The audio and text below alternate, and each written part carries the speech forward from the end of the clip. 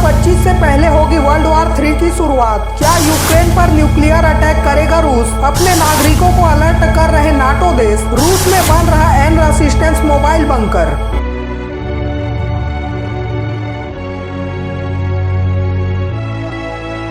रूस यूक्रेन की जंग अब भयानक मोड़ लेने जा रही है और दुनिया पर तीसरे विश्व युद्ध का खतरा मंडराने लगा है। रूस ने बैलिस्टिक मिसाइल के हमले का जवाब न्यूक्लियर अटैक से दिए जाने का ऐलान कर दिया है। ऐसे में सवाल उठने लगा है कि क्या अब रसिया यूक्रेन पर न्यूक्लियर अटैक करेगा? जानकार कह रहे हैं कि यूक्रेन के राष्ट्रपति जेलेंस्की ने बैलिस्टिक मिसाइल हमला करके लक्ष्मण रेखा क्रॉस कर दी है। यही वजह है कि पूरी दुनिया अब न्यूक्लियर वार के खतरे से अलर्ट होने लगे हैं। नॉर्वे, फिनलैंड, डेनमार्क में लोग खाना पीना और बाकी जरूरी चीजें जुटाने लगे हैं। वहीं पर रसिया में एन रेसिस्टेंट मोबाइल बंकर बनाने का काम भी शुरू हो गया है। क्या यूक्रेन पर न्यूक्लियर अटैक करेगा रूस? रूस और यूक्रेन के बीच युद्ध को लगभग 1000 दिन पूरे हो गए हैं। ये जंग लगातार दुनिया भर के देशों की टेंशन बढ़ाती जा रही है। हाल ही में अमेरिकी राष्ट्रपति जो बाइडेन ने यूक्रेन को रूस के खिलाफ लंबी दूर तक मार करने वाली मिसाइलों के हमले की मंजूरी दे दी है। यानी यूक्रेन को 300 किलोमीटर रेंज की supersonic missile tactical missile system मतलब ATACMS मिसाइल को रूस के अंदर हमले के लिए इस्तेमाल की मंजूरी मिल गई है। अमेरिका के इस फैसले के बाद रूसी राष्ट्रपति व्लादिमीर पुतिन का गुस्सा 7वें आसमान पर पहुंच गया है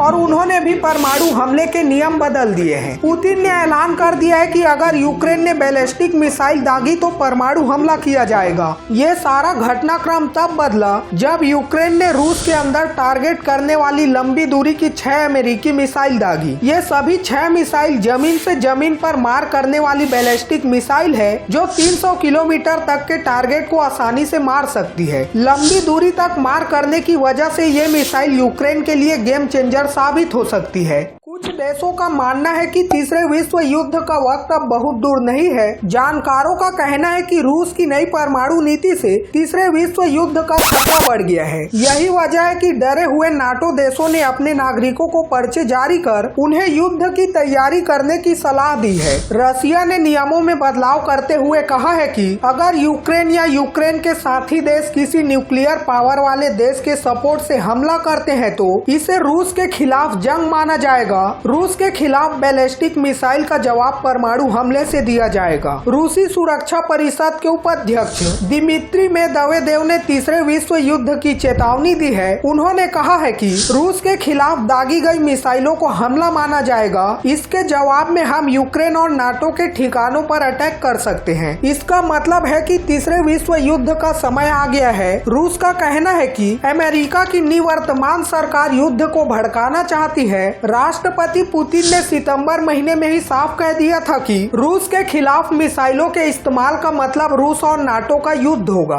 अपने नागरिकों को अलर्ट कर रहे हैं नाटो देश। नाटो देश अपने नागरिकों से युद्ध के लिए तैयार रहने को कह रहे हैं। नॉर्वे ने अपने नागरिकों के बीच इमरजेंसी पैम्पलेट जारी किया है जिसमें लोगों को पूरे युद्ध के बारे में समझाया गया है। इसके साथ ही किसी इमरजेंसी स्थिति में 1 सप्ताह तक भोजन पानी की व्यवस्था करने की सलाह दी गई है। डेनमार्क ने पहले ही अपने नागरिकों को राशन, पानी और दवाओं का स्टॉक रखने के लिए ईमेल भेज दिया है ताकि परमाणु हमले की स्थिति में कम से कम 3 दिन तक के लिए इमरजेंसी व्यवस्था कर सके। रूस में बन रहा एन रेसिस्टेंट मोबाइल बंकर। रूस ने मोबाइल बम शेल्टर बनाना शुरू कर दिया है। एन रेसिस्टेंट मोबाइल बंकर एक बंद कमरे की तरह होता है जिसके अंदर रहने से परमाणु विस्फोट से उत्पन्न होने वाले खतरनाक तरंगों और विकिरणों समेत विभिन्न प्रकार के खतरों से सुरक्षा मिलती है। एन रेसिस्टेंट मोबाइल बंकर के इस्तेमाल से हथियारों से होने वाले विस्फोट, इमारतों से गिरने वाला मलबा,